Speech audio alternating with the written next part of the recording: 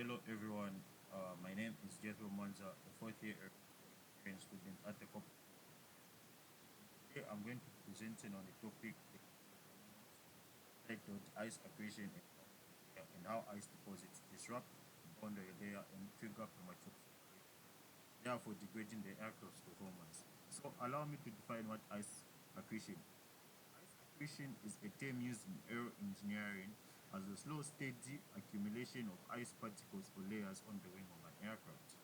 So, allow me to give an example of an aircraft that is traveling through a cloud with super cold water that it would experience a slow and steady accumulation of ice particles or layers on the wing of the aircraft. So, having said this, let me enlighten you on the hidden danger of thin ice. So, if you look at these two images, you find that they're of the same wing, same airspeed, same angle of attack. The only difference is that the right wing has a layer of ice thinner than a credit card. On the left, we have got smooth flow that stays attached all the way to the trailing edge.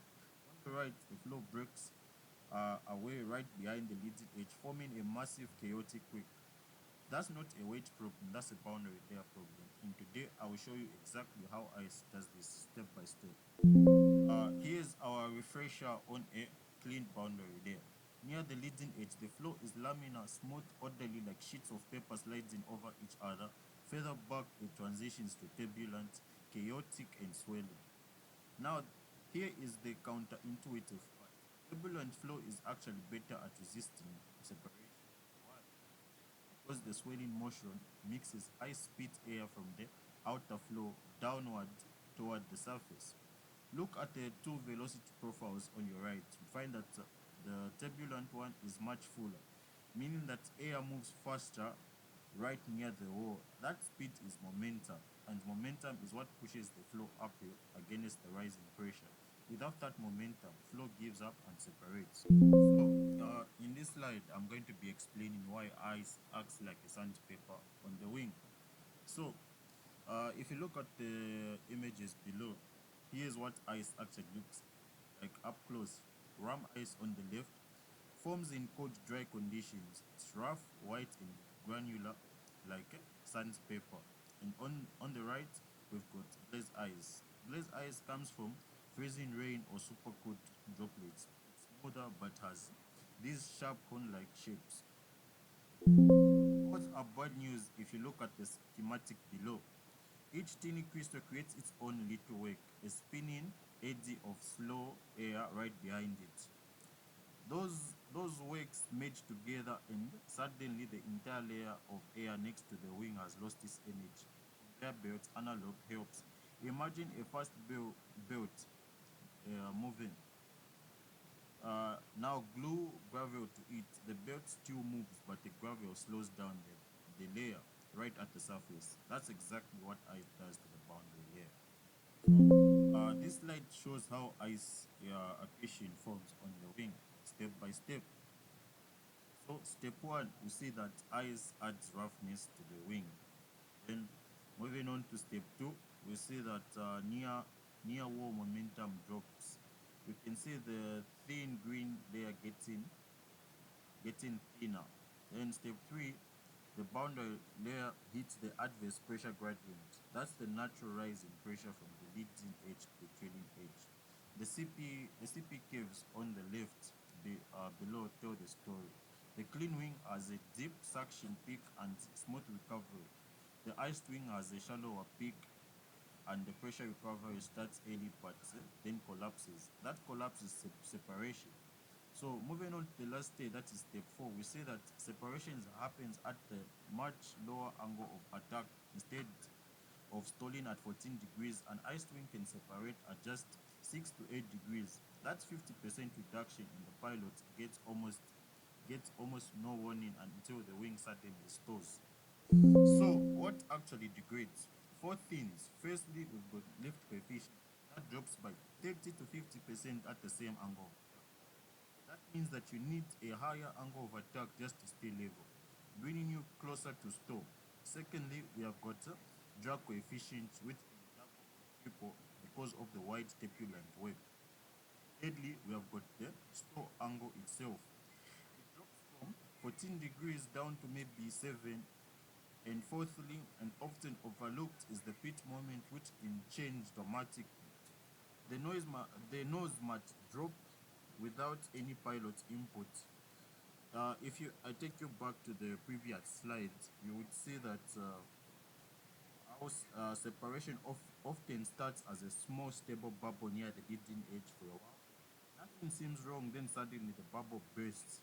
The cave shoots up vertically. That's why ice is so dangerous during takeoff and approach. There's no gradual warning. Performance just falls off a cliff. So, this slide addresses the most dangerous misconception I see. Many people believe ice is only a problem because it changes the wing shape. So, the truth is below, uh, where we have two identical wing shapes. One is smooth, flow stays attached. The other has micro roughness, no change in shape, no added weight, but the flow separates. Why does this matter in real world? Look at this photograph. This is this is a wing leading edge after the icing boots have been activated. The boots cracked off the bulk ice, but look at the surface. It's inflated, cracked, and uneven. That residue roughness is enough to cause eddy separation. This is exactly why on critical surfaces like the horizontal tail, where an uncommanded pitch down can be fatal, engineers prefer thermal and icing system. Bleed air Bleed air hits the surface and keeps it smooth. So remember, ice does not have to change the shape to be deadly. Roughness alone is the enemy. Uh, Let me place my topic within the larger boundary layer module. Look at this concept map. Before watching my content, you should already understand adverse pressure gradients and separation. That's the fundamental driver. Without an adverse pressure gradient, separation does not happen, regardless of the ice. And as we move on to the next one, which is ice acceleration, acts as an accelerator or catalyst. It lowers the momentum of the boundary layer, so separation occurs under much milder adverse pressure gradients than a clean wing would tolerate. After watching my content, you are ready for topics like ice protection systems. You understand why thermal systems, which keep the surface smooth, are aerodynamically superior to mechanical boots, which leave roughness behind. The timeline at the bottom shows the logical flow of the model. First, understand separation physics, then see how ice accelerates it, then evaluate protection systems. So, final takeaway, here's the bottom line. Look at these two wings. Same shape, same speed, same angle of attack. The only difference is the rough ice on the right wing. The clean wing on the left stores at 14 degrees, whereas the iced wing on the right stores at 7 degrees. That's the power of boundary layer disruption. Ice is not just a weight problem or a shape, it is fundamentally a boundary layer problem. So there are three takeaways that I want you to note. The first one is that surface roughness steals momentum from the near wall. Secondly, we have got low momentum, which causes premature separation under conditions that would otherwise be perfectly safe. And number three, I would like to highlight on this one, and this is the one I want you to remember.